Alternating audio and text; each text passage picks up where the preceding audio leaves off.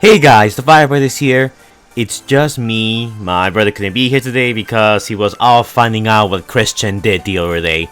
Um, do not look it up. No, really, it's a joke. If you know, you know. But if you don't know, do not look it up.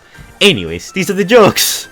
I hope you guys are enjoying them, I guess. Anyway, so Kingdom is out in the books, and like I said, we have a lot to talk about. Now, I'm gonna get like the obvious stuff out of the way before I talk about the reason why you guys click on this video. And that is that Transformers Rise of the Beast is apparently being postponed. It's getting delayed.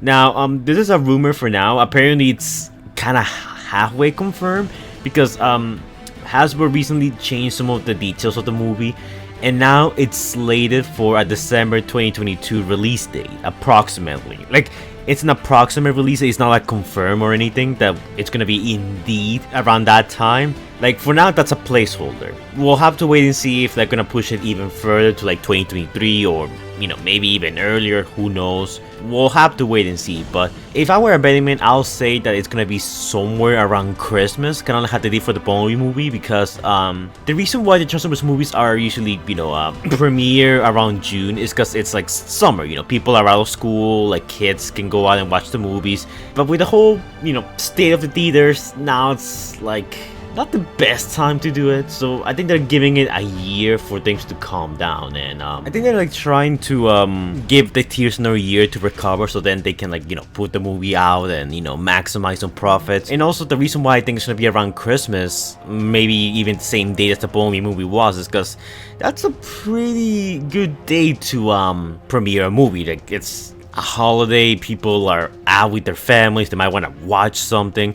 So December is, like, you know, a very corporate perfect month to do such a thing. So that's what I'm thinking, but for now it's all just theories and speculation. But speaking of theories and speculation, now it's time to talk about this image right here. Windblade, a live action movie Windblade. Now, before you say anything, yes, this is actually real. Like, it's real, but the problem here is that we don't know if this is like related to the Rise of the Beast movie. And there are like reasons for and against this being like a live action movie Windblade that we might see in Rise of the Beast. First, I think I'm gonna start with some of the more damning evidence as to why this could probably be true.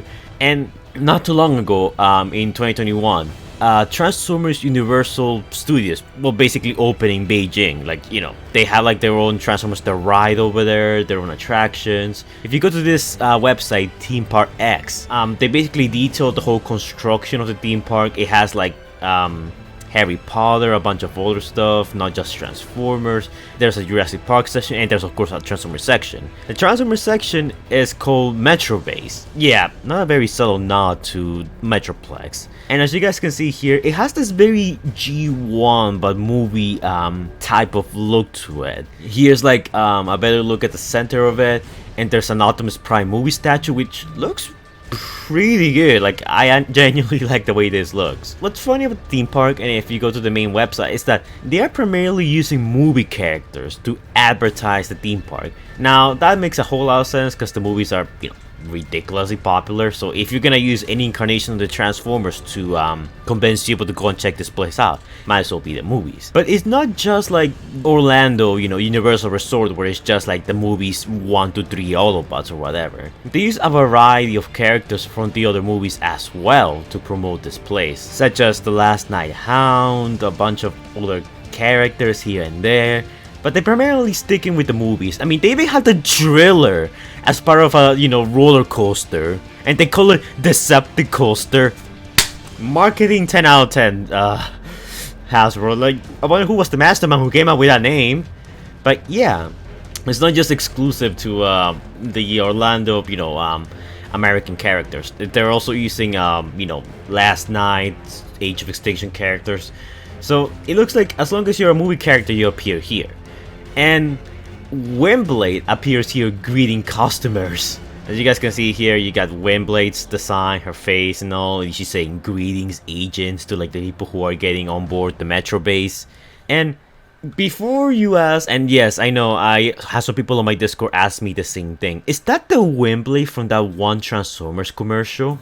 In case you guys don't know, there's a Transformers commercial in which we do see a live-action Windblade, but it's done on the Cyberverse kind of style.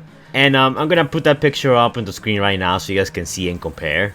As you guys can see, they're kinda similar, but not really. This Windblade is more detailed and has that blue rim across her neck, while she has more detailed eyes, and there's a variety of differences here. They look fairly similar, and I get why some people are like, ah, that's just like the commercial Windblade. No, it's not. There's an entirely new Windblade model, which is, again, fairly accurate to how she's supposed to look like. They're not pulling a Michael Bay in which Ironhide looks nothing like he does in G1. They're kind of sticking to the new post-Bumblebee 2018 style, where the characters look somewhat Michael Bay-ish, but at the same time you can still tell who they're supposed to be.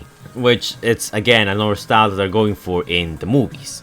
And my question here is, why create a new Windblade model if you're not going to show her in the movies or anything?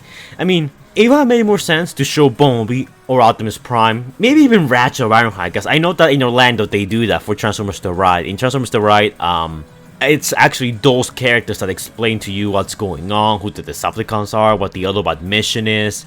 And here, putting Windblade, a character who, no offense to Windblade, because I actually really like her, is kind of a nobody in the public eye, because she hasn't appeared in any of the movies. She appears in a few shows, so she might be a bit recognizable for some people, but chances are that the vast majority of, audience members are not gonna know who she is. And keep in mind, this is a movie theme park. It doesn't make sense to have someone who's from, let's say, another continuity. Let's say this is like, I don't know, Transformers Online Windblade or whatever. It would make zero sense to have her there, while the rest of the cast are from the movies. Unless she's also gonna appear in Rise of the Beast. And you see why I'm saying that this is like a little weird, because, I mean, yeah, you could probably say, they're just pushing Windblade like they always do. I mean, yeah, but why just in a theme park? Why not in the actual movies, where it makes more sense, where people recognize her from there and then go to this park and be like, hey, that's Windblade, I want to see her. You know what I mean, right? Now, a reason why this might be untrue is because, well, some people might say that, oh, the cast is too big, we already have RC, and we only have 9 characters revealed so far. I know that seems like a lot to some people, but that's only because you're counting them as a sum total. For Autobots, we only have 4 characters, Terrorcons only have 2, Maximals have 3, and Predacons are unknown at the moment, and the Decepticons are most likely not gonna have that many members in the film, like we already established a while ago in my Why Megatron won't appear in Rise of the Beast video. So you can squeeze another female Autobot in there, and I think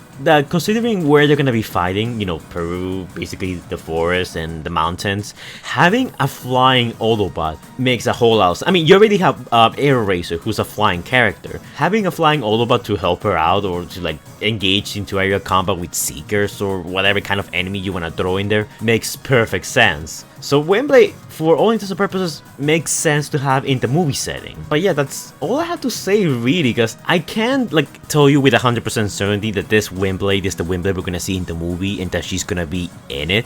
But there's some strong-ish evidence that she might appear in the movie, but at the same time, it's like, it makes sense if she does. If she does, then her being in the theme park makes a whole lot of sense. But if she doesn't, then it's like, yeah, I guess that also kind of makes sense. It's still a bit weird that they have her here and not, let's say, Bumblebee or Optimus Prime saying hi to visitors or whatever.